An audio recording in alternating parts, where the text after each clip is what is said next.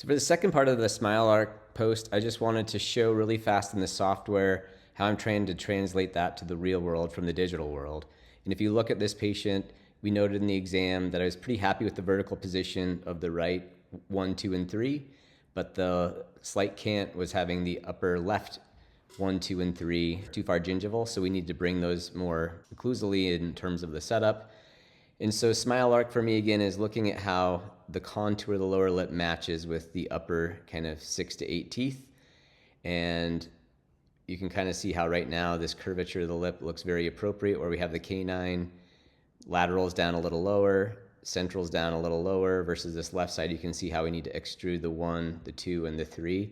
From right to left, we're doing a ton more extrusion here on the upper left 1 and 2, or 2 and 3, as well as a little bit more on the 1 relative to our posterior anchorage unit, which you can kind of see is what we're basically levering everything off of here. I do love how the canines are a tiny bit higher than the lateral incisors, but I don't love that the laterals don't have much of a transition with the central. So really quickly, I'm just going to select the 2 anterior teeth and bring them down just a few tenths of a millimeter. So now I'm really, really happy with that kind of Smile Arc curvature.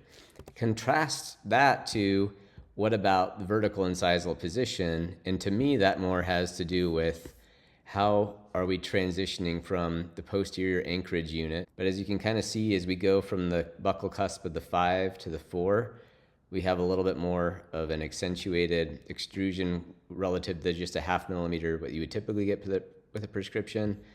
So it's a little bit more of a ramped up extrusion what we have with the 3 to the 4.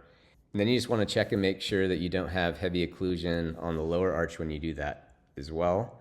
So we'll turn on occlusal collisions, and I'm going to go into transparent mode, and you can kind of see how we've got pretty nice even contact everywhere. With conventional braces, we're kind of confined to the FA point.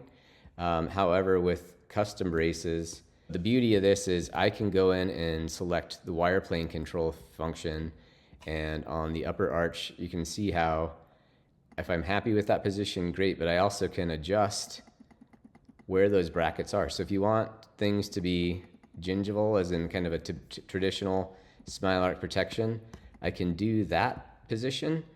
But what I also really like is that a lot of times I don't want to be that far gingivally, and I can change where the brackets are, whether it's kind of the pitch of the wire or the up-down position of the brackets, and get the same final tooth position by having it more centered on the tooth. I feel like I have a lot more control of the in and the out. When you bond those brackets really, really high, the problem is you lose some mechanical advantage, and you end up, what I find is I get a lot of first order variability and lose torque that I don't pick back up again, and those ins and outs end up looking kind of poor during the initial phases of the alignment, and you don't pick that up until you get to your 4th wire. Another reason I really like the Smile Arc being something that we can kind of manipulate and control is the final position is going to be the same either way, but the brackets are going to all be adapted in the shape in the post-processing steps. But if you have brackets that are interfering on the lower arch, you can switch to the lower arch as well, and you can move these brackets more occlusally, more gingivally. But if I find it's really helpful to go and do some tweaks to the lower arch if you have like a deeper bite, where you can get the brackets a little bit more gingivally positioned. I can kind of avoid bite turbos in a lot of the cases that I'm seeing. So anyway, this is kind of what I'm looking at, Smile Arc protection. Turning on the grid, I want to just see, again, for me, it's Smile Arc protection is kind of how the lip contours with the front teeth. Vertical incisal display, by contrast, is how much progression do we have from the premolars, kind of our anchorage teeth in the premolars and molars, going forward. And so a more aggressive kind of trend is going to give you more extrusion. So if you look at kind of this, if you want more extrusion of the upper teeth, you're going to have more enhanced kind of reverse curve on the setup. You can see if you want to get really aggressive, you have even more of a reverse curve. And then if you want to get really, really aggressive in incisal extrusion, you can kind of have more of a real big transition as you go from the molar to the 5 to the 4 to the 3.